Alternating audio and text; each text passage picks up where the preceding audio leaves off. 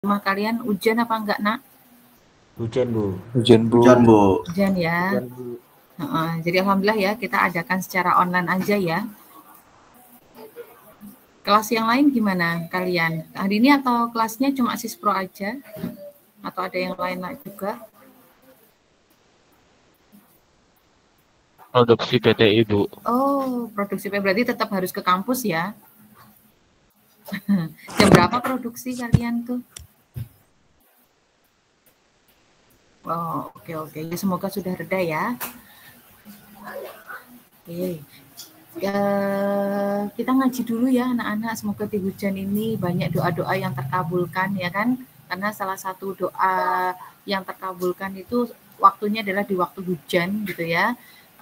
Kita ngaji dulu. Saya beri waktu mandiri aja di rumah masing-masing. Silakan berdoa. Ngaji terus silakan berdoa apapun. Saya kasih waktu 5 menit ya. Jadi jam 8.55 kita buka lagi untuk kuliah. Monggo waktu dan tempat saya persilahkan.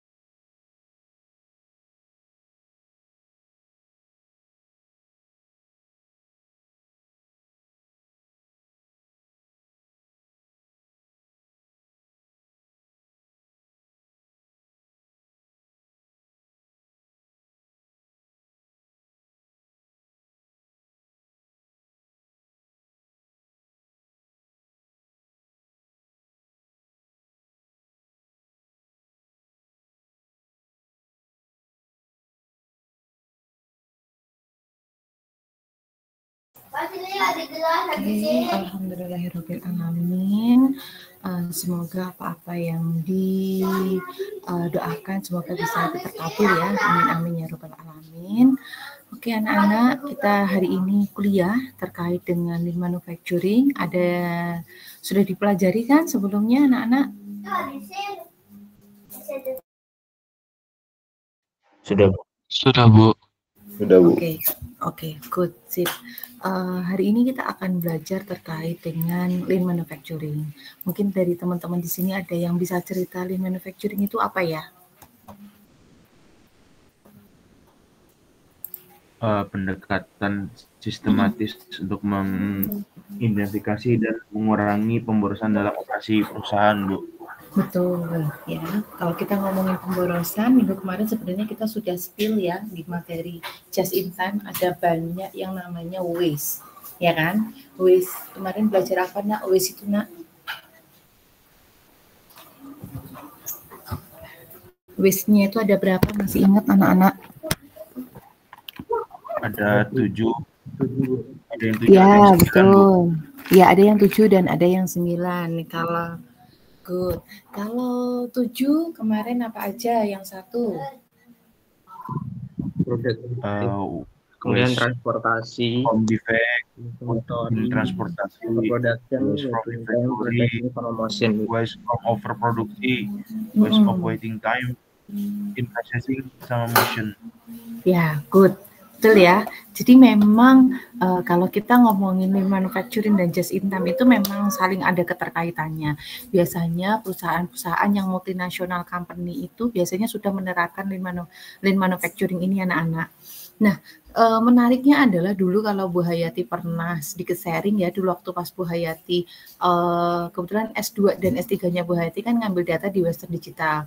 Dan di situ itu adalah perusahaan yang sudah multinational company kayak gitu, dan dia itu sudah menerapkan itu semua nak, ada lean manufacturing, bahkan defect itu nggak ada karena dia sudah menerapkan Lean Six Sigma. Pokoknya bagus banget lah kalau untuk urusan seperti itu kayak gitu ya, bagaimana dia memanage sektornya. Dan di situ Bu Hayati kesulitan sebenarnya ini masalahnya apa ya, kok kayaknya nggak ada masalah seperti itu, tapi ya alhamdulillah singkat cerita bisa ketemu sih. Tapi kalau kalian misalnya ini ya, karena kalian ini udah di semester 5, bentar lagi kalian ada yang namanya KP, saran Bu Hayati kalian bisa cari-cari tempat KP yang memang dia sudah company yang besar seperti itu. Biasanya company-company besar dia itu sudah menerapkan lean manufacturing. Hal ini akan sangat memudahkan kalian untuk bisa mempelajari hal itu lebih mendalam, intinya seperti itu. Oke, mungkin Bu Hayati izin share screen ya anak-anak. Oke, ini kelihatan share screen-nya Bu Hayati, anak-anak? Kelihatan Bu. Oke, kelihatan ya bahwa lean manufacturing ya, sebentar Bu Hayati tak nyarjer dulu. Biar enak nanti kalau ngajar enggak. Oke. Di lean manufacturing ini ya kita belajar bahwa ternyata ide inti dari lean manufacturing adalah apa? Memaksimalkan nilai bagi pelanggan. Kemarin kita ngomong bahwa yang dibayar sama pelanggan itu adalah nilainya. Nah, bagaimana nilai itu bisa lebih ya di mata pelanggan supaya apa? Kita ada sales point di mata para pelanggan kita seperti itu. Nah, salah satu contoh yang namanya nilai ini itu adalah salah satu yang bisa kita jelaskan gitu ya. Itu adalah bagaimana kita bisa membuat bahwa produk yang kita produksi ini adalah tepat waktu. Nah, karena nggak ada keterlambatan apa dan lain sebagainya. Apalagi untuk perusahaan-perusahaan yang memang dia itu make to order, misalnya buat jahitan baju untuk nikahan misalnya, nggak mungkin kan kita terjadi keterlambatan. Yang ada kita udah si customer udah nyiapin pesta dan lain sebagainya, ujung-ujungnya bajunya itu datangnya nggak on time atau seperti apa. Hal itu akan memberikan itu yang negatif ya kepada perusahaan kita. Konsepnya seperti itu. Itu satunya adalah namanya keterlambatan. Kemudian juga value yang kedua itu adalah quality, ya. Gimana dari quality itu ya kita sebodoh gitu loh, udah on time tapi juga kualitasnya harus bagus, seperti itu. Kalian pernah nggak nemuin atau beli barang tapi barangnya itu apa tuh namanya nggak bagus gitu, kualitasnya jelek? Ada yang pernah? Apa? Kalau kalian biasanya beli apa, Nak? Coba sharing.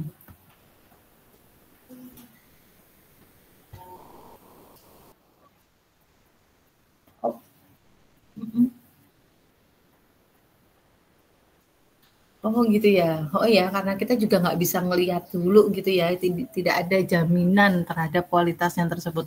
Oke, ada lagi mungkin teman-teman?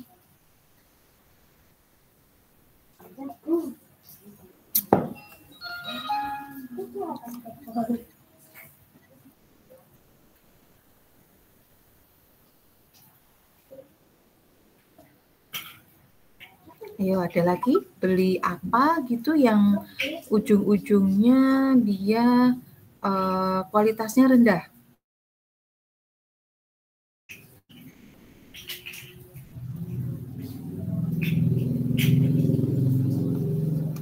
Biasanya beli sepatu, Bu. Misal iklannya kan mungkin bisa tahan sampai berapa tahun, 3 tahun gitu, tapi pas dipakai ternyata cuma tahan setahunan gitu, Bu. Udah ngelupas. Udah ngelupas gitu ya. Oh ya.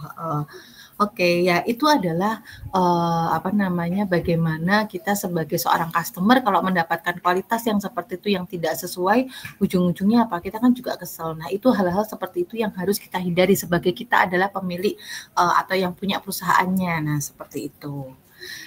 Nah, sekarang kalau kita ngomongin dari segi sejarahnya ya, dari lean manufacturing ini itu Taichi Ohno dan Shingeo Shingo itu adalah dua orang ini yang mencoba untuk melihat bahwa produksi Ford ini itu masih banyak kekurangan. Oleh karena itu dia mencoba ya mengkolaborasikan teknik-teknik yang digunakan dalam proses produksi Ford ini dengan teknik yang lain. Itulah kemudian dia menyebutnya itu adalah Toyota Production System atau sekarang yang bisa kita dengar adalah TPS atau just in time. Nah, hal-hal seperti ini yang akhirnya apa namanya dia melihat permasalahan-permasalahan yang ada di perusahaan Ford itu. Tahu kan Ford itu apa, anak-anak? FORD. Apa? Mobil, yes, Bu. betul. Ya, mobil ya. Perusahaan mobil. Itu yang punya mana? Kalian tahu nggak? Henry Ford, Bu. Ya, yang punya mana itu? Dari negara mana itu? Amerika. Amerika ya kan? Nah, seperti itu. Nah, akhirnya si ini nih, si Shingo sama Ohno ini dia mencoba mengkolaborasikan yang ada di Ford, kemudian dia coba perbaiki. Masalah-masalahnya apa sih yang di Ford ini? Itu adalah yang pertama adalah job structure-nya. Job structure-nya tuh sangat banyak, complicated dan besar seperti itu. Sehingga gimana sih caranya supaya kita itu lebih simple aja, intinya tuh seperti itu. Nah, kemudian ya ini juga product variety. Product variety kalau kalian lihat yang sekarang di TPS ini, even kita itu ada berbagai macam warna, tapi dia hanya limited edition, hanya untuk warna-warna tertentu. Kan kayak gitu ya, bahwa Avanza misalnya seperti itu, dia hanya punya warna putih, hitam, kemudian abu-abu ada gak sih? Ada, Bu. Ada, Bu. Abu-abu. Ada berapa macam warna ya? 3 atau 5 lah ya? 4 ya? Sama merah. 5 mungkin, Bu. Merah. 5 ya? Merah atau satunya apa ya? Kayaknya kalau nggak salah 4 deh. Kan ada merah, abu-abu, hitam, putih. Ya nggak? Ada yang lain mungkin warnanya? Avanza?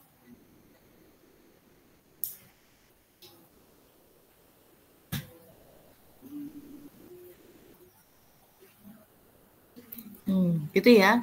Nah, akhirnya dia bisa loh sebenarnya ngebuat warna yang lain sebenarnya seperti itu, tapi dia mencoba untuk tidak melakukan itu gitu loh. Hanya cuma warna-warna ini aja yang dijual.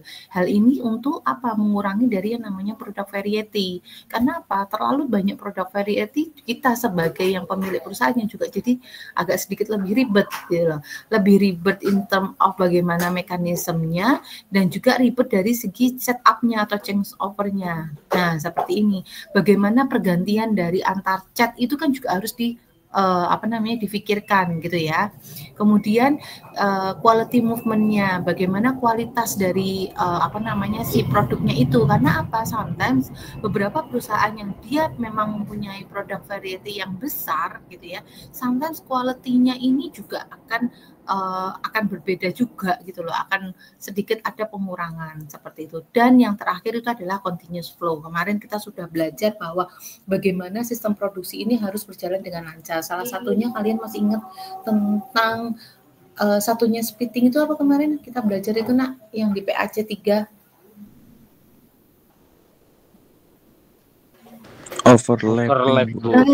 Nah, betul, overlapping. Nah, itu kan salah satu cara supaya apa? Bottleneck di dalam satu stasiun kerja itu bisa terminimalisir seperti itu. Kayak kemarin kita bahas masalah adonan yang 25 kg, kan kayak gitu ya. Nah, ini adalah ininya, kalian bisa baca sendiri dari video gitu ya. Nah, ini adalah akhirnya si bapak ini, si Taichi Ohno ini ya, sama si Singo itu, dia mengeluarkan atau menginovasikan sebuah sistem produksi yang lebih lean gitu ya, yang lebih lean, namanya lean thinking gitu ya, prinsip-prinsip lean thinking. Yang pertama itu adalah customer value. Customer value itu apa? Kita fokus ke apa sih sebenarnya yang customer mau, dan hanya fokus kepada yang customer inginin kayak gitu loh. Kenapa akhirnya memutuskan hanya 4 warna mobil ya, merah, putih, hitam dan merah, putih, hitam dan abu-abu misalnya seperti itu. Kenapa kok? Karena dia sudah melakukan survei, udah mulai kajian gitu loh, bahwa ternyata keinginan konsumen kurang lebih di situ gitu loh, di antara warna-warna yang netral seperti itu kayak gitu loh. Seperti itu. Kemudian value stream. Nah, ini nanti insya Allah besok akan kita pelajari lebih detail, yaitu apa? Di value stream ini itu adalah bagaimana kita melihat semua aktivitas yang di dalam sistem produksi dari awal sampai akhir. Nanti akan kita lihat mana sih sebenarnya yang bermasalah seperti itu. Kalau kita ngomongin value stream anak-anak, sekarang ini yang dulu ya Mas, ini pelajaran ini tuh sudah ketika Bu Hayati kuliah di tahun 2008 nak. Bu Hayati udah belajar tentang ini lean manufacturing, dan di masa itu memang fokusnya hanya di bagian ekonomi. Tapi karena kompleksitas dari real system ya, yang dimana sekarang ini udah semakin besar ya kompleksitasnya, sehingga hanya value stream mapping aja itu nggak cukup, yang dimana dia hanya fokusnya ke ekonomi, gimana caranya bisa menurunkan operational cost dengan cara meminimasi waste. It's not at the end of this kayak gitu loh. Jadi tidak hanya di situ, namun sekarang ini permasalahannya itu adalah ada yang namanya sustainable value stream mapping. Kalau kita ngomongin sustainable value stream mapping, itu adalah apa? We are not only talking about the economy, tapi juga environment dan juga sosial gitu anak-anak. Jadi environment itu kayak gimana sih? Oh iya, memang masalah lingkungan gitu ya. Nah, dulu Bu Hayati sudah pernah bareng sama mahasiswanya Bu Hayati tahun 2021 kita riset bareng tuh di proyeknya Bu Hayati, kita fokus membuat sustainable value stream mapping. Yuk kita belajar, saya bilang kayak gitu. Dan di situ sustainable value stream mapping memang fokusnya tiga hal itu. Ada yang ekonomi, ada yang sosial, ada juga yang lingkungan. Di situ sampai pernah ada satu dosen penguji, kemudian pengujinya itu Bu Ani gitu ya. Bu Ani ngomong, Mbak Hayati ini tuh berat gitu. Enggak Bu, ini tuh enggak berat, aku tuh bilang. Dan anak saya itu mampu, saya tuh bilang kayak gitu. Akhirnya benar. Pada saat sidang, singkat cerita, alhamdulillah dia bisa lulus walaupun harus 2 jam waktu itu. Tapi 2 jam dengan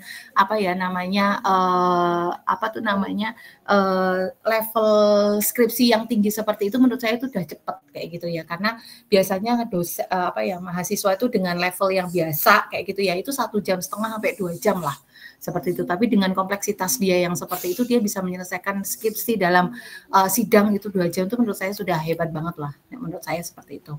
Nah, balik lagi tadi ke cerita tadi ya, sustainable manufacturing system itu adalah sebuah manufaktur di mana dia itu tidak hanya ngomongin dari segi ekonomi, tapi juga sosial dan juga lingkungannya. Lingkungannya itu di mana? Lingkungannya itu adalah case-nya adalah ya anak-anak, case-nya itu adalah di perusahaan batik. Ada yang sudah pernah tahu atau pergi ke sana mungkin ke perusahaan batik? Belum pernah? Ada di sini? Belum, Bu. Oh, belum ya? Oke. Kebetulan keluarga besarnya Bu Hayati pengusaha batik gitu ya. Nah, singkat cerita akhirnya kita melihat bahwa ternyata dalam production prosesnya dari yang namanya membuat batik itu ada banyak yang tidak efektif dan efisien. Ya, tidak efektif efisiennya itu di mana? Salah satunya adalah pada saat mencuci mencuci kainnya seperti itu anak-anak. Nah, dalam mencuci kain tersebut gitu ya, ternyata dia itu membutuhkan misal contoh 10 liter volume air kayak gitu ya. Di 10 liter volume air dia itu membutuhkan 5 liter 5 liter pewarna. Nah, seperti itu. Karena kan kalian tahu ya, batik ada yang diwarnain apa-apa dan itu dimasukin sekalian dicuci di situ, dikasih pewarna 5 liter. Nah, kemudian ada permasalahan di dalam permasalahan di dalam pencucian baknya tersebut. Salah satunya itu adalah airnya sangat besar kayak gitu. Airnya sangat banyak.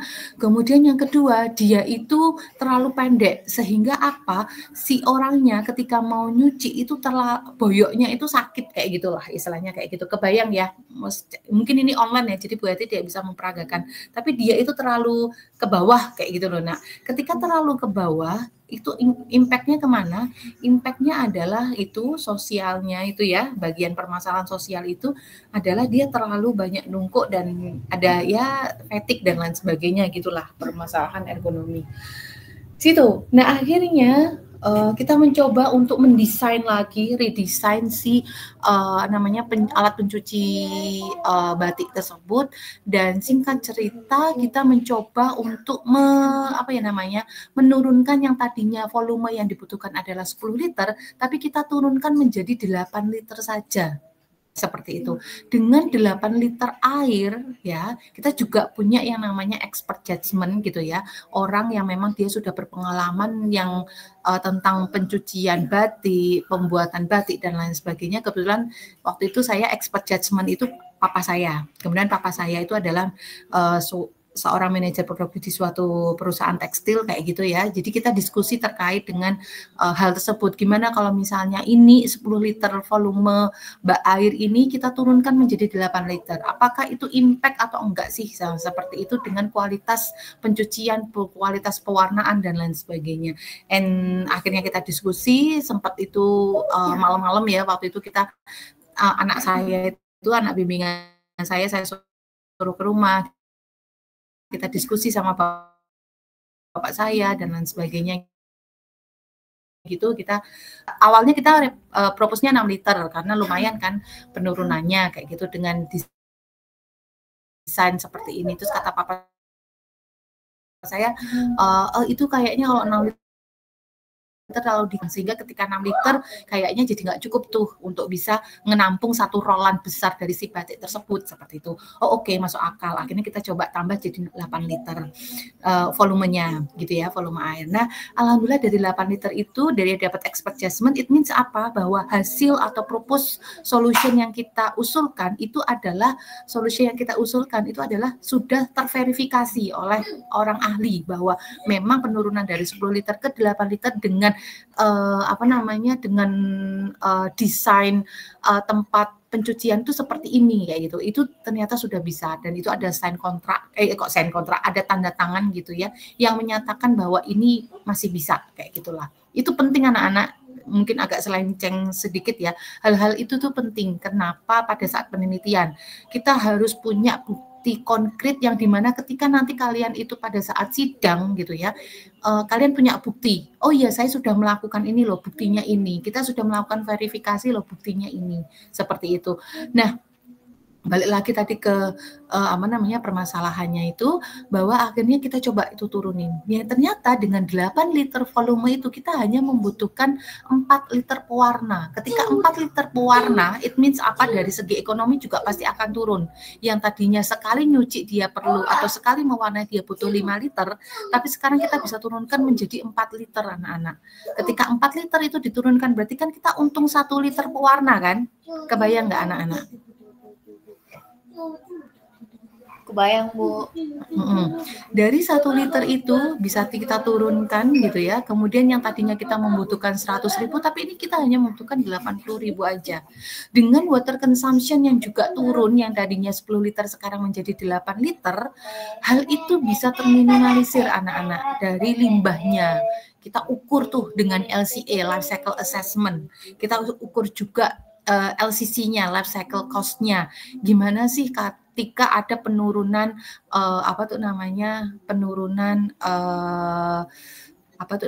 jumlah volume airnya. Nah, seperti itu.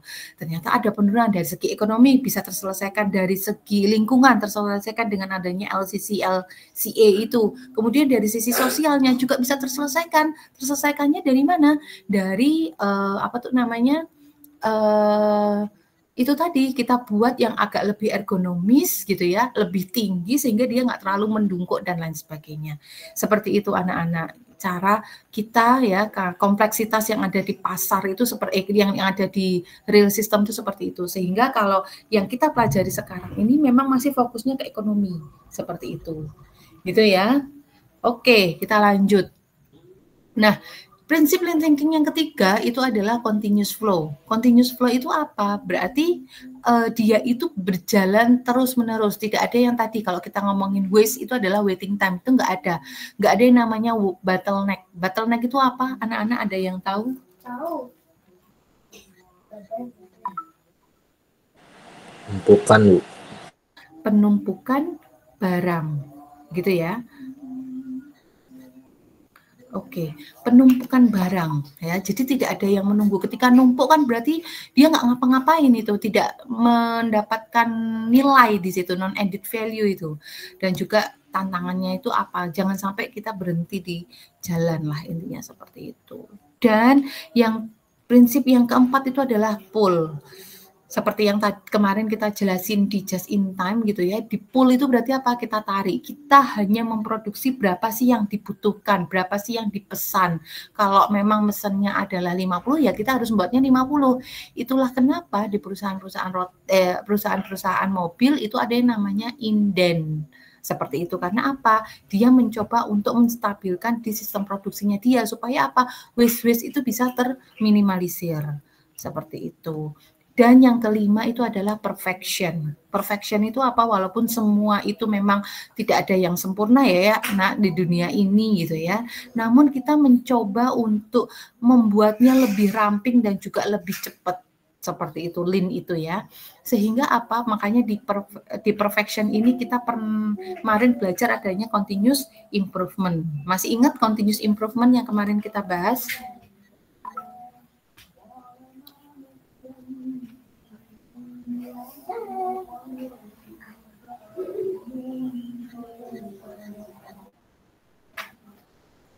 Betul, perbaikan yang terus-menerus. Oke, seperti itu ya anak-anak ya. Oke, paham sampai sini atau mungkin berarti berhenti dulu deh. Ada yang mau ditanyakan anak-anak?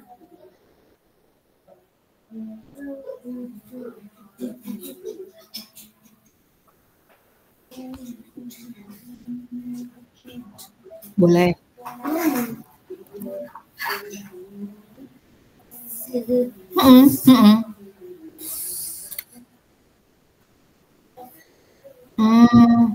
Oke.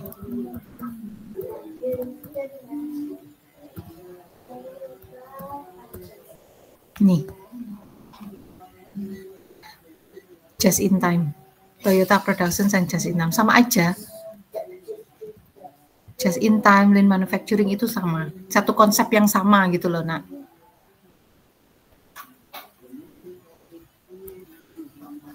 Gitu. Oke, Mas?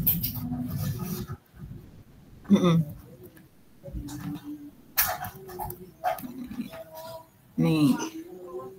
Sini nih. Lean manufacturing. Nantilah kalian baca sendiri apa namanya sejarahnya. Kalian ada bukunya juga anak-anak namanya Toyota Way. Kayaknya di mana namanya di itu ada nggak ya di library? Kalian belajar deh tentang Toyota Way. Itu bagus banget itu bukunya. Itu terkait kalau kalian mau mempelajari lean manufacturing di situ banyak banget bagaimana cara si ini Taichi Ohno ini itu mereduce sama yang namanya si waste-nya tersebut. Seperti itu. Oke, selain itu ada lagi yang mau ditanyakan? Aman ya? Bisa ya? Kelihatan share screen-nya Bu Hayati ini. Bu Hayati mencoba untuk tak iniin. Kelihatan ya? Kelihatan, Bu. Kelihatan, Bu. Oke. Nih, kalau kalian lihat seperti ini, masalah nggak sih sebenarnya seperti ini tuh?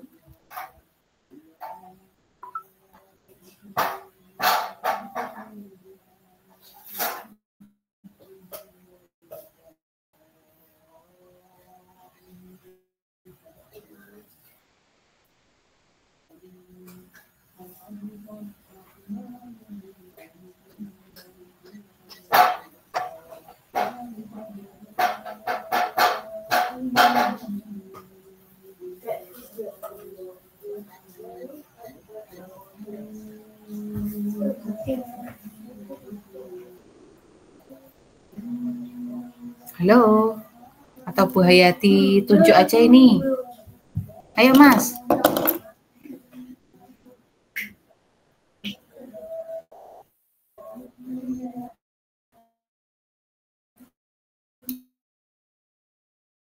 Enggak, ini waste. Kitanya kira-kira waste-nya apa ini di sini?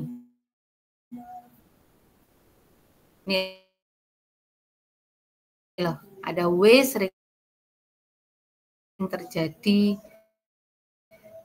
nih.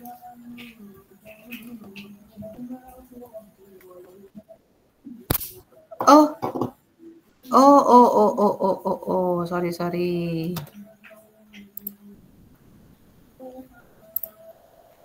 Bentar.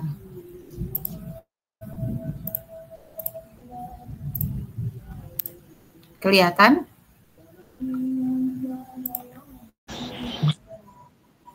Oke, kalau kalian lihat seperti ini, ya, kira-kira apa ya, Dek, waste-nya? Motion-nya, oke, good. Ada lagi?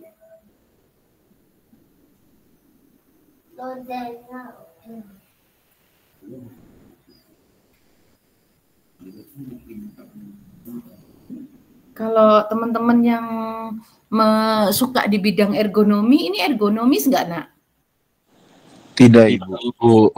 Enggak ya, kenapa sih kok nggak ergonomis? Yuk kita berdiskusi. Banyak gerakan berulangnya, Bu. Ya berulang, dia berulang lah. Banyak gerakan kayak dari berdiri, nunduk ke bawah, terus kayak berdiri, nunduk ke bawah gitu. Banyak membungkuknya, Bu. Membungkuknya. Hal ini kalau banyak membungkuknya, impact-nya kemana, Mbak? Ke punggung, Bu. Jadi Nah, kayak ada punggung. Nah, itu. Kalian baru aja belajar yang namanya urgensi penelitian, anak-anak. Ini yang selalu akan dibahas ketika kalian itu nanti pada saat seminar proposal. Kamu itu membuat kayak gitu, masalah kayak gitu, urgensinya apa sih? Dampaknya kemana sih? Nah, ini banyak bungkuk-bungkuknya. Masalahnya di situ nih, pekerjanya banyak bungkuknya.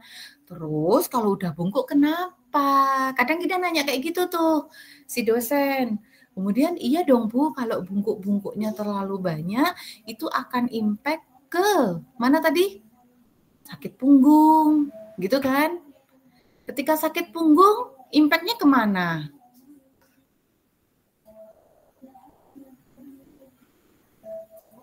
Impact-nya kemana? Dia terhambat, Bu. Kerjanya terhambat, ada lagi. Impact-nya kemana lagi? Yes, that's the point ya. Produktivitasnya jadi terhambat. Kayak gitu. Ini yang kemarin Bu Hayati sidang menguji mahasiswa. Kayak gitu loh. Kadang tuh mahasiswa masih belum bisa itu bahwa ada masalah seperti ini, terus kenapa? Ada kemarin tuh bahasnya tentang beban mental dan fisik. Saya bilang memang beban mental dan fisik kamu tuh apa sih yang di sini? Aku tuh bilang gitu.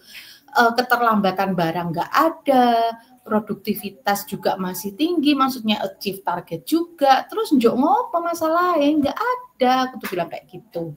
Jadi akhirnya ngulang deh. Nah, seperti itu gitu loh. Nah, jadi benar-benar diidentifikasi sebenarnya kamu tuh buat riset kayak gitu tuh ngapain? Apapun lah riset kalian gitu ya. Karena mungkin di sini mayoritas juga 20 orangan dari mahasiswa tingkat atas ya. Jadi besok kalian itu pada saat yang dimana saya pikir udah pada sempro ya mungkin ya. Nah, itu kalian akan ditanyakan seperti itu gitu. Nah, sebenarnya masalahnya apa sih kayak gitu loh. Urgensinya apa sih? Dampaknya apa sih? Nah, itu kalau kalian bisa menyerahin, wah, bahagia, betul-betul bahagia seperti itu. Bahagianya itu apa? Pertanyaan untuk hal seperti itu tuh tidak terlalu lama. Karena pernah dulu Bu Hayati abstrak aja, bahas abstrak itu 1,5 jam, Nak. Kenapa? Nggak jelas masalahnya opo itu dan lain sebagainya. Nah, kita balik lagi ke sini. Ketika ada yang seperti ini, kira-kira solusinya apa ya, Nak?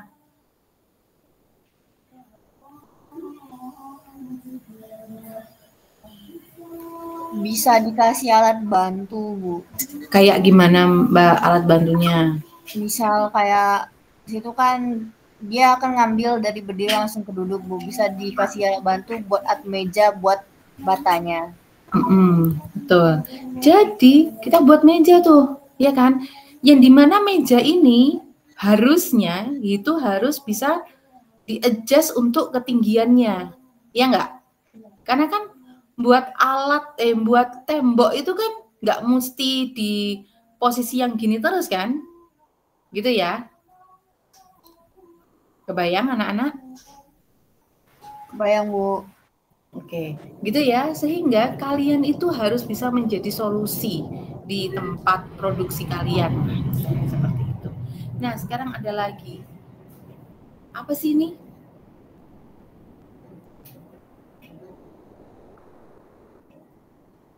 Ada yang tahu?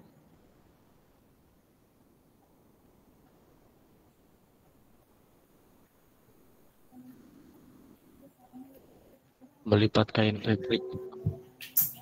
Melipat kain? Ya, melipat kain ya. Nah, di sini apa? Dia mencoba adalah yang belum di folding, belum dilipat, dia ambil taruh sini, kemudian dia lipat di sini, gitu. Kemudian selesai, masuklah ke sini. Jadi apa? Transportasinya jelas dari sini ke sini dan juga ke sini. Di kehidupan sehari-hari untuk kalian, kira-kira bisa nggak ya menerapkan seperti ini? Ketika apa? Coba kalau kalian menyusun tempat kerja kalian sehingga movement-nya tidak terlalu banyak, motion-nya tidak terlalu banyak. Apa kira-kira, Nak?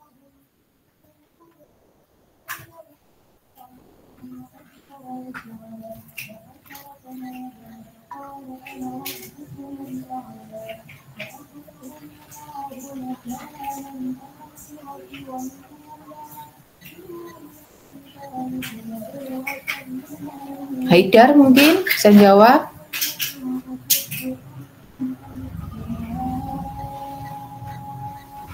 Di kehidupan sehari-hari ya Bu ya.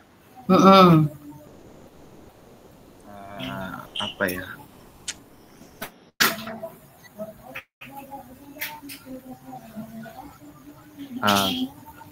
Ngelipat baju mungkin Bu, apa gimana? Oke, ngelipat baju itu ya dari jemuran gitu ya. Oke, bisa. Kemudian ada lagi apa ya? Apa?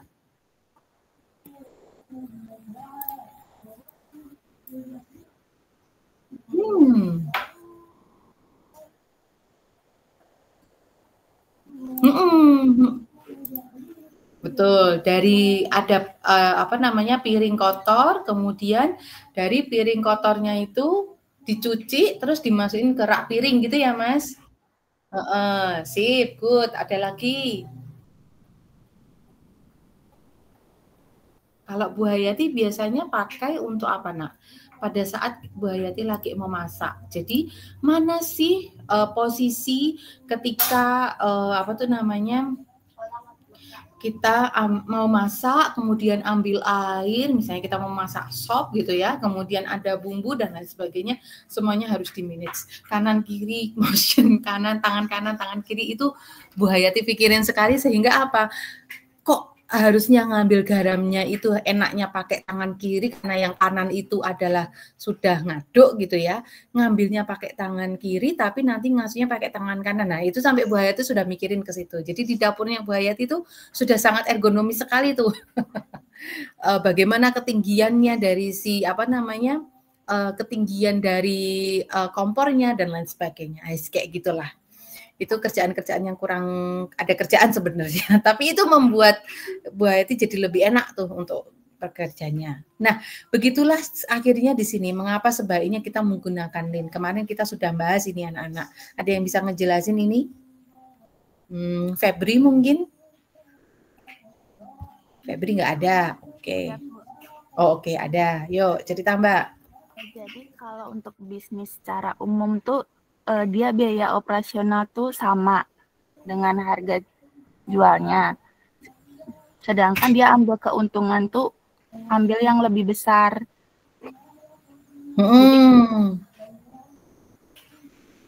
Bisnis Lean-nya itu dia bisa mengurangi biaya operasional dan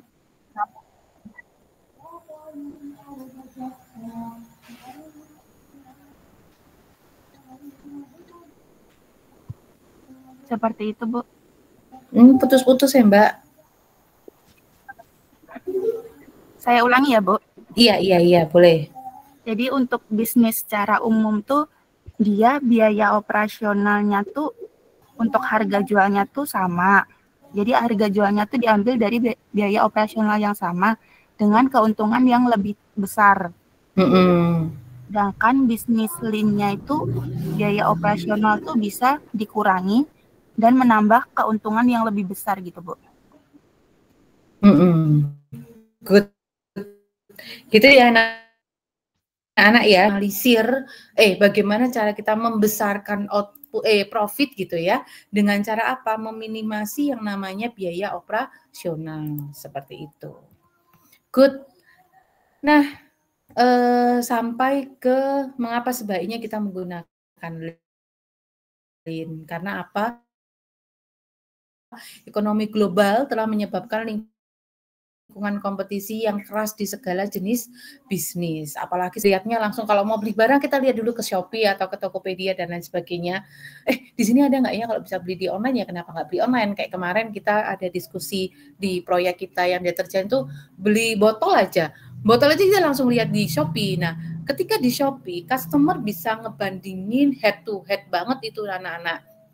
Bagaimana botol di toko A dan botol di toko B dengan kualitas yang sama gitu ya, tebelnya apa dan lain sebagainya sama, tapi yang di sini 500, yang di sini 600. It will be a problem ketika kalau cuma belinya satu gitu ya, itu nggak masalah. Tapi kalau kita mau belinya 50, itu akan 50 peng 100 kan udah 5.000 sendiri. Kan kayak gitu loh. Nah, hal-hal seperti yang akhirnya kita coba pikirkan. Seperti itu. Pengennya ya kalau dengan spek yang sama ya harusnya yang murah aja kan kayak gitu. Nah akhirnya mengalami tekanan terus-menerus untuk mengurangi harga agar dapat bertahan di pasar. Ya jelas karena apa? Customer pasti akan lari kalau misalnya spesifikasinya sama tapi yang di toko B bisa lebih murah. Nah seperti itu. Begitu juga produsen manufaktur yang perlu untuk mengurangi margin keuntungan supaya dapat tetap dibutuhkan di pasaran seperti itu gitu ya. Nah oke. Nah akhirnya keuntungan yang lain dari menggunakan Lean itu adalah apa? Kita bisa meningkatkan throughput. Sesimpel bahwa biasanya kita hanya mengirimkan di kejadian traveling salesman problem gitu ya, di TSP gitu ya anak-anak. Kita hanya bisa ngirim untuk 50 titik misalnya seperti itu. Karena apa, waktunya udah habis 6, kita sampai sore itu udah 50 titik. Tapi dengan cara kita mencoba memperbaiki rute perjalanannya, ternyata apa? Itu bisa lebih cepat gitu loh. Yang tadinya cuma dia selesai jam 4 sore, dia bisa selesai jam 2 sore. Sehingga apa, waktu 2 jam tuh kita bisa nambahin titik yang baru kayak gitu loh, supaya apa, ngirimnya jadi lebih banyak. Itu sesimpel untuk di case distribution system. Begitu juga dengan mengurangi inventory, jelas ya. Inventory itu boleh apa enggak sih, kemarin kita bahas?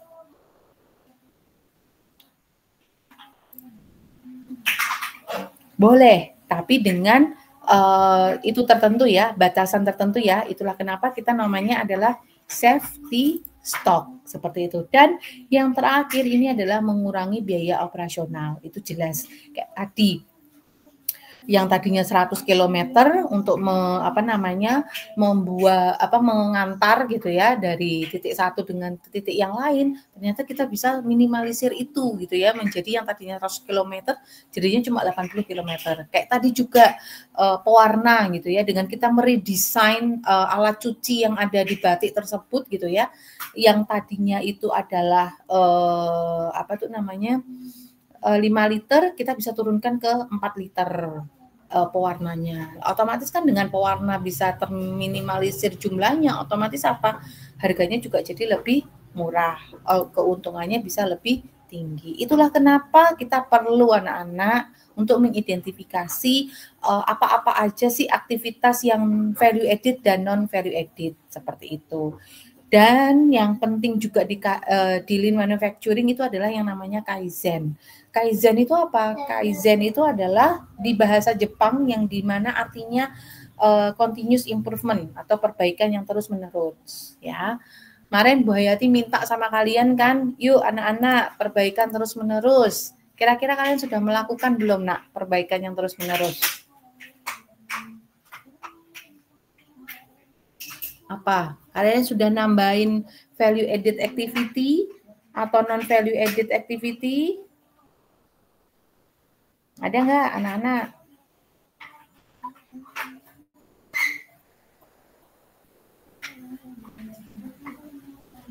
Belum ya?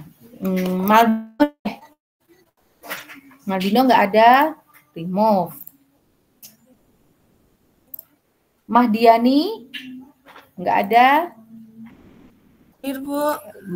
Oke, yuk. Gimana Mbak? Apa tadi pertanyaannya Bu? Bu Hayati, tak remove aja ya Mbak? Ya. Tadi habis dari WC Bu. Alasan no. Ayo, yang lain. Iva.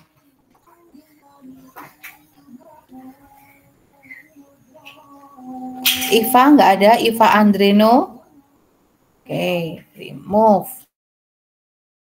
Wah, seneng aku. Nekon remove. Ini. Pilih nggak ada. Remove. Hadir Bu. Yuk, gimana Mas? Kalau yang udah dilakukan saat ini yang menambahkan nilai itu mengurangi buat yang namanya kayak main game Bu. Oh ya, suka main game. Iya, tapi belakangan ini udah kurang. Oke, good, bagus. Ya, pelan-pelan ya Mas. Yang biasanya sehari berapa jam? 2 jaman lah Bu, tapi itu nggak terus, cuma kayak jeda-jeda aja Bu kalau lagi bosan. Oh gitu. Terus sekarang kalau bosan ngapain?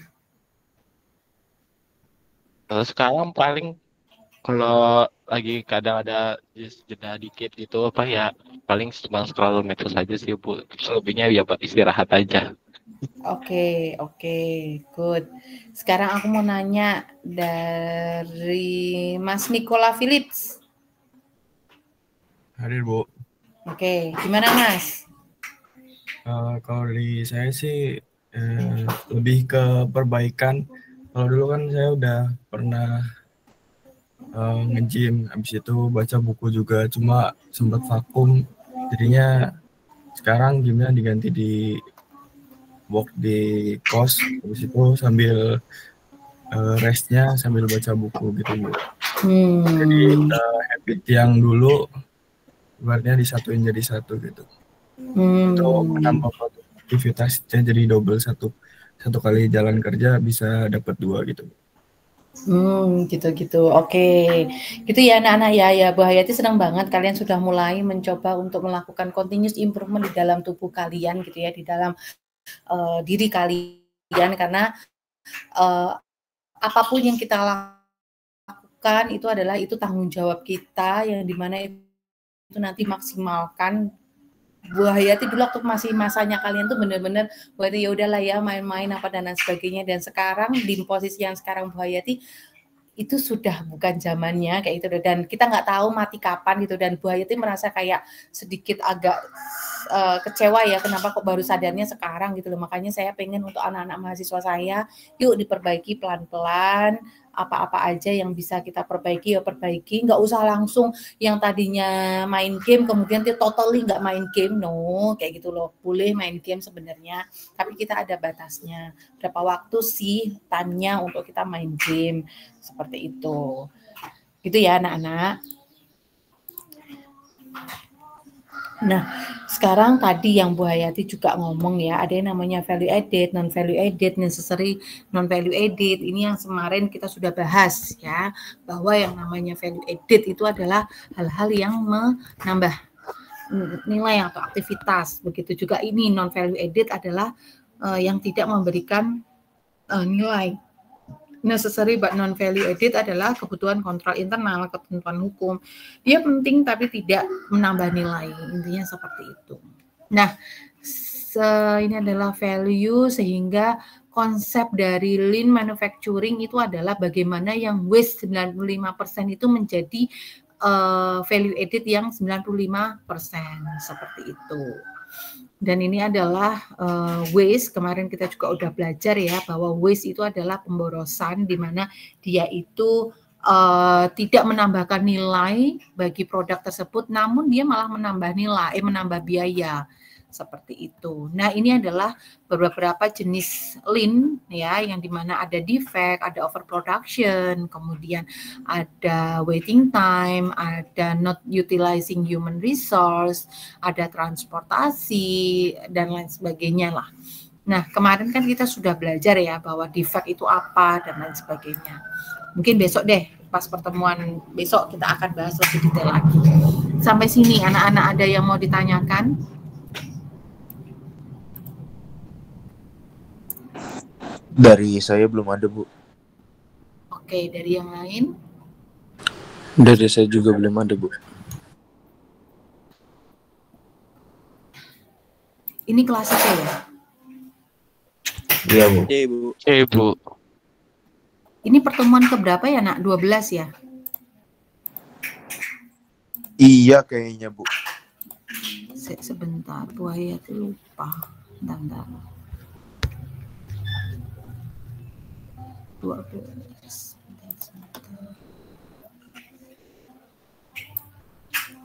Kelas apa? Kelas C ya? Sorry.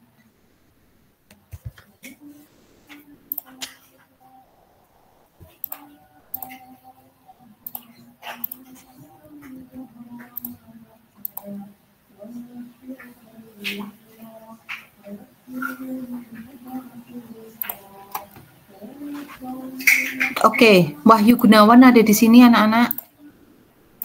Hadir, Bu. Oke. Iqbal, Yoga. Hadir, Ibu. Maldino. Hadir, Bu. Tadi dipanggil kok nggak ada, kemana? Tadi lagi nerima paket, Bu. Lah. Diwa. Hadir, Bu. Angelica. Chandra. Hadir, Bu. Iqbal. Hadir, Bu. Oke. Kemudian Yasin. Hadir, Bu. Zahra. Hadir, Bu. Ridwan. Hadir, Bu. Yuda. Hadir, Bu. Suci. Hadir, Bu. Ramadhani. Hadir, Bu. Nikola. Hadir, Bu. Iksanul. Hadir, Bu. Haidar. Hadir, Bu. Mia. Mia nggak ada. Salsabila. Nggak ada. Rehan. Nggak ada. Andri. Hadir, Bu. Samuel. Dana. Andrew. Hadir, Ibu. Yili. Hadir, Bu. Karenina. Hadir.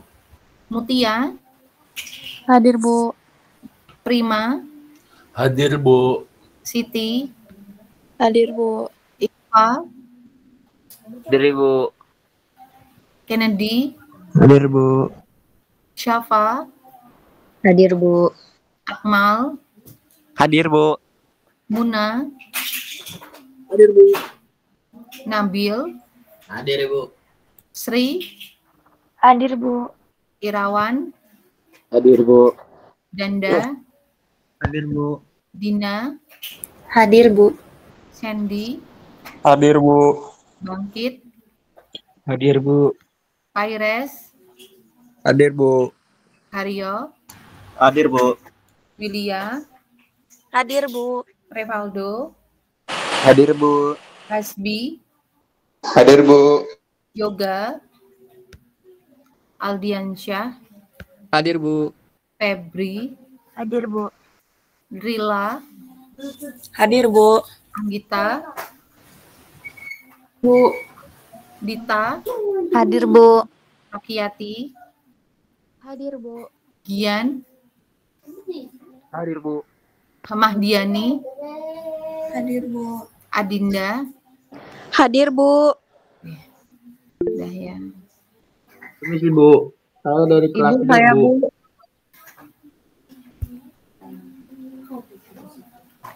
Egi ya, dari kelas D. Iya, Ibu. Kenapa? Saya juga belum, Bu. Yang dari kelas D siapa?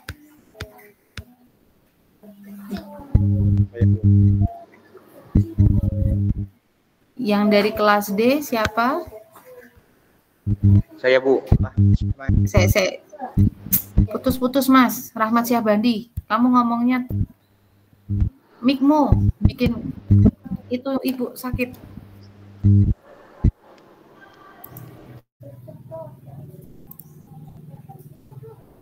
Kamu kok ikut kelas C, kenapa, Mas?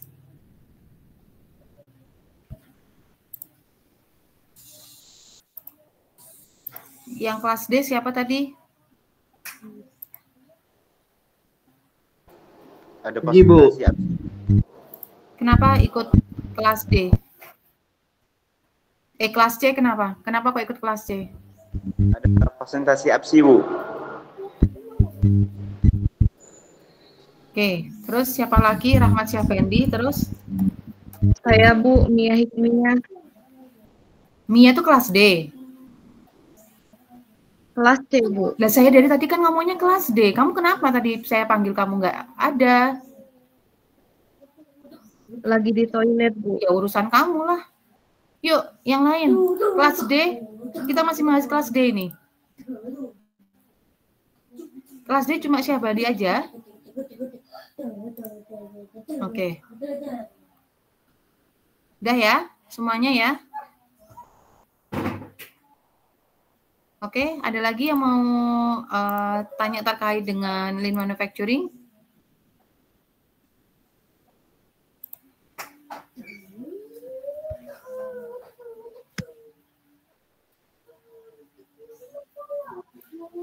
Oke, udah ya.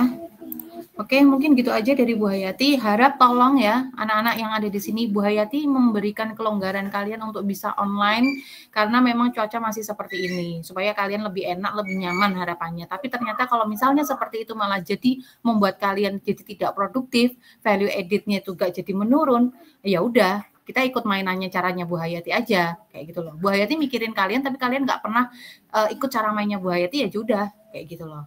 Gitu ya anak-anak. Bu Hayati benar-benar marah ini di sini. Ya, besok lagi Bu Hayati nggak mau yang kayak gini-ginian. Mungkin gitu aja dari saya. Terima kasih. Kita tutup dengan membaca hamdalah. Alhamdulillah. Alhamdulillahirabbil alamin. Wassalamualaikum warahmatullahi wabarakatuh. Waalaikumsalam warahmatullahi wabarakatuh. Terima kasih Bu. Terima kasih Bu.